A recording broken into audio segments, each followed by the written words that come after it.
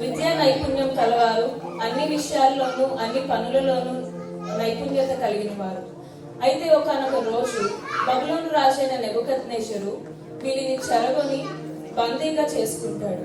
వీరు ఆ సమయంలో వాళ్ళ ఇంటికి వాళ్ళ కావలసిన వారికి దూరంగా ఉన్నప్పటికీ వాళ్ళు దేవుని యందు విశ్వాసంతోనూ భయంతోనూ దృఢంగా దేవునిలో దగ్గరగా ఉన్నవారు. ఆ సమయంలో వీరి విశ్వాసం పరీక్షింపబడవలసి వచ్చింది. దాన్ని వాళ్ళు ఎలాగా దానిలో కొనసాగుతారో, ఆ విశ్వాసంలో ఎలా స్థిరంగా ఉంటారో చూద్దాం.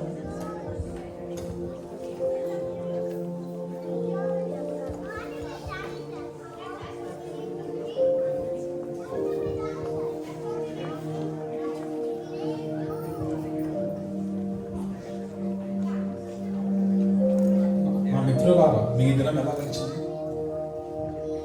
ఈరోజు చాలా బాగుంది. నేను నా పనులన్నీ పూర్తి చేసుకున్నాను. మిత్రులారా, మనకి ఇది ప్రార్థనా సమయం. మన దేవుడైన యెహోవాను స్తుతించి ఘనపరిచి ప్రార్థించుదాం. రండి, పదండి, వెళ్దాం.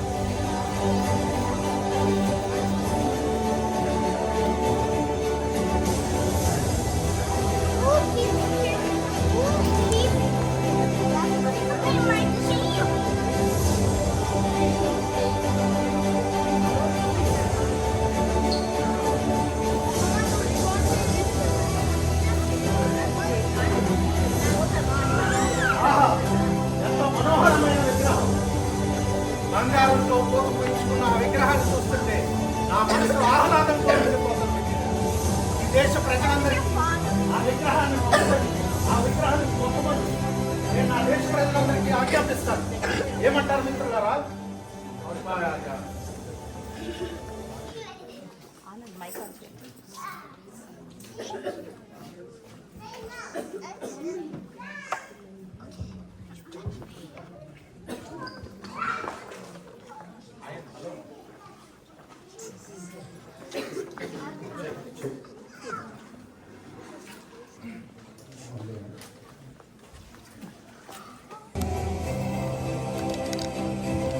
ఆహా, ఎంత మనోహరమైన విగ్రహం!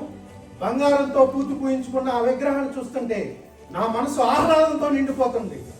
ఆ విగ్రహానికి నా రాజ్య ప్రజలందరూ మొక్కాలని నేను ఆజ్ఞ ఇస్తాను. ఏమంటారు మిత్రులారా?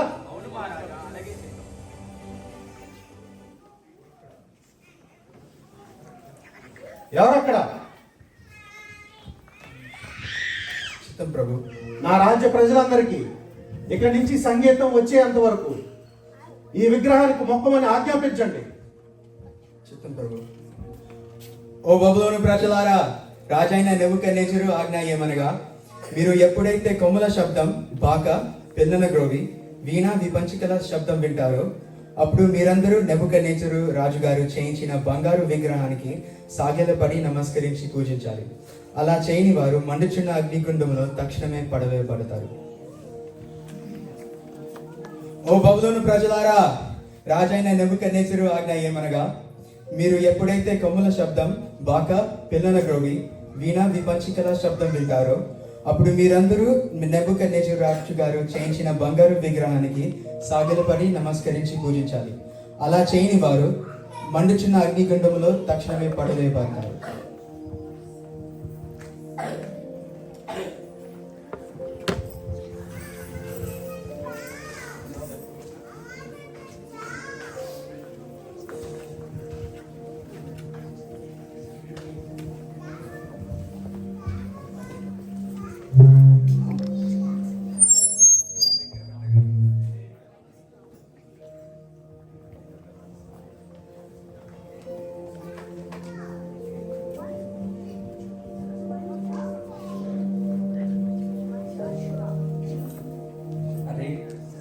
ఏదో సంగీత శబ్దం వస్తున్నట్టుంది కదా, ఆ శబ్దం ఏంటో తెలుసా? రాజుగారి విగ్రహానికి మొక్కాల్సిందిగా మనకి ఆ శబ్దం పెట్టాడు. ఓ అవునవును, అది అదే శబ్దం. వెళ్ళి నమస్కరిద్దాం.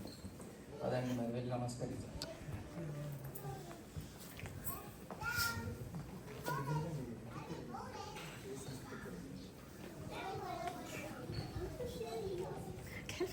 అరే వాళ్ళు షడ్రక్ మెషక్ అబద్ధికి కదా, వాళ్ళ ఎందుకు నమస్కరించట్లేదు? అరే వీళ్ళకి ఏమన్నా పిచ్చా? వీళ్ళు ఎందుకు నమస్కరిస్తలేరు? వీళ్ళకి నమస్కరించకపోతే రాజు వీళ్ళని శిక్షిస్తాడు కావచ్చు.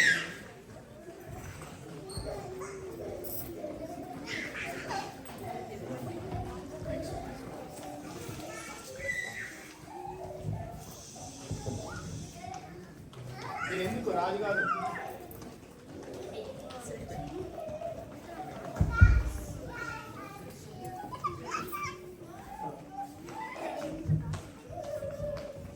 మీరు ఎందుకు మహారాజు ప్రతిష్ఠించిన విగ్రహాన్ని పూజించట్లేదు?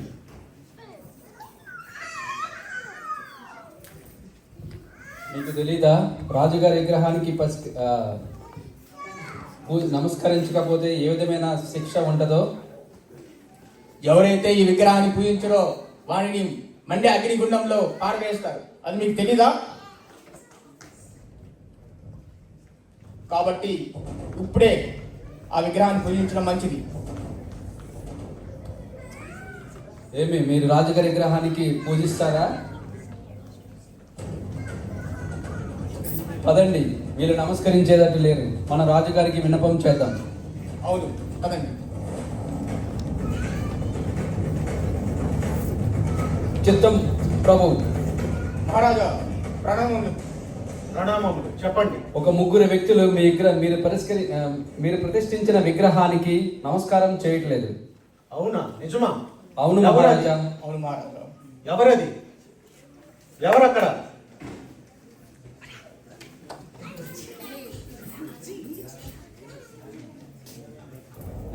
వెంటనే వారిని తీసుకురండి ఇక్కడికి.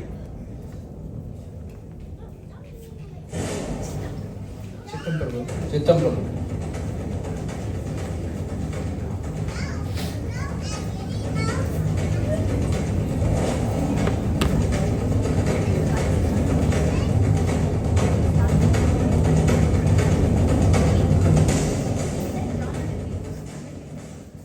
మీరేనా ఆ విగ్రహానికి మొక్కనన్నది? అవును రాజా, ఏ విగ్రహమైనను ఏ ప్రతిమైనను మేము పూజించము, దానికి మొక్కం. నేను మీకు మరొక అవకాశాన్ని ఇస్తున్నాను.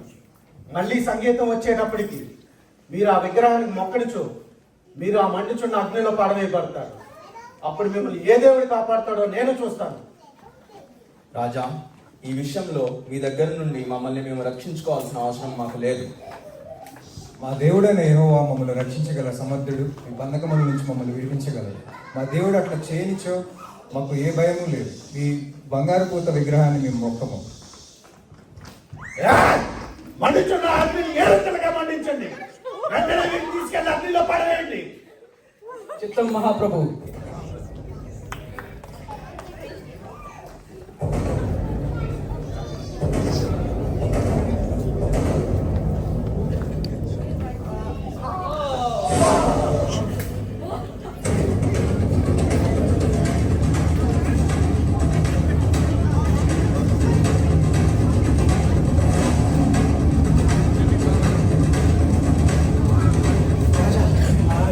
చాలా వేడిగా ఉన్నందున దానికి దగ్గర ఉన్న బట్టలు ఆ వేడి వల్ల మరణించాడు. అవునా? పద చూద్దాం, వెళ్దాం.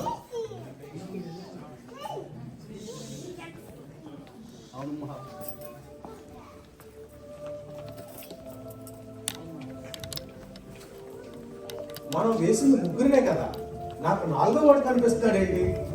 అవును మహారాజా. ఆ 4వ వాడు దేవత రూపం కోలుకుని తెల్లని వస్త్రంతో దగదగా మెరుస్తున్నాడు. అవును మహారాజా.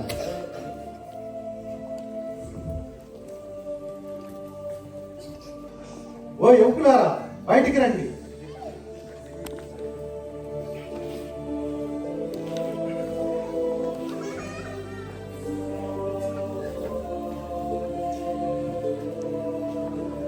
ఓ షడ్రక్ మేషక్ అబేద్నెగో యువకులారా, మీ దేవునికి సర్వయుగములకు మహిమ కలుగును గాక. మీ దేవుడే నిజమైన దేవుడు. నేను మిమ్మల్ని ఆ విగ్రహానికి మొక్కమన్నా కానీ మీరు ఆ విగ్రహానికి మొక్కలేదు, మీ దేవుడికి భయపడి. మీరు ఆ దేవుడి పట్ల విశ్వాసం చూపించోడలే ఆ దేవుడే మిమ్మల్ని రక్షించాడు. ఓ బబులోను ప్రజలారా, ఇక్కడి నుంచి షడ్రక్ మేషక్ అబేద్నెగో దేవుడే మన దేవుడు. ఆ దేవుడికి మొక్కని ఎవడైనా మొక్కలు మొక్కలుగా చేయబడి శిథిలాలుగా మార్చబడతారు. ఇదే రాజుగా నా ఆజ్ఞ. షడ్రక్ మేషక్ అబేద్నెగో యువకులారా, ఇక్కడి నుంచి బబులోను దేశానికి మిమ్మల్ని అధికారులుగా నియమిస్తున్నాను. ఇక్కడి నుంచి మీరే ఇది చూసుకోవడం.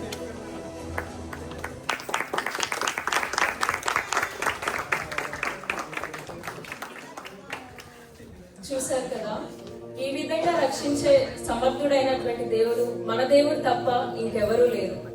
కాబట్టి మనం కూడా మన జీవితంలో ఇలా అగ్ని పరీక్షలు వంటి శ్రమలు ఎన్నో ఎదుర్కోవాల్సి వస్తుంది. అది ఒంటరితనమైన కావచ్చు, ఇతరుల ద్వారా వచ్చే ఒత్తిడి కావచ్చు, లేక జవాబు రాని ప్రార్థన అయినా కావచ్చు. కానీ అలాంటి సమయంలో మనం విశ్వాసంతో దేవునిలో స్థిరంగా ఉంటే ఆయన మనల్ని రక్షించడానికి సమర్థుడైనటువంటి వాడు. 1 Peter 7:1 లో ఉంటుంది కదా, 4:7 లో ఉంటుంది కదా, నశించిపోవు సువర్ణము అగ్ని పరీక్షల వలన శుద్ధి చేయబడుతుంది కదా, అయితే దానికంటే అమూల్యమైన మీ విశ్వాసము శోధనల చేత పరీక్షింపబడి యేసుక్రీస్తు ప్రత్యక్షమైనప్పుడు మెప్పును ఘనతను కారణము అవుతుంది. సో దీన్ని బేస్ చేసుకొని మీ అందరూ ఇలానే విశ్వాసంలో దేవునిలో స్థిరంగా ఎదుగుతారని హోప్సా ప్రార్థిస్తూ కోరుకుంటుంది. రోమన్స్ 8:31 ప్రకారం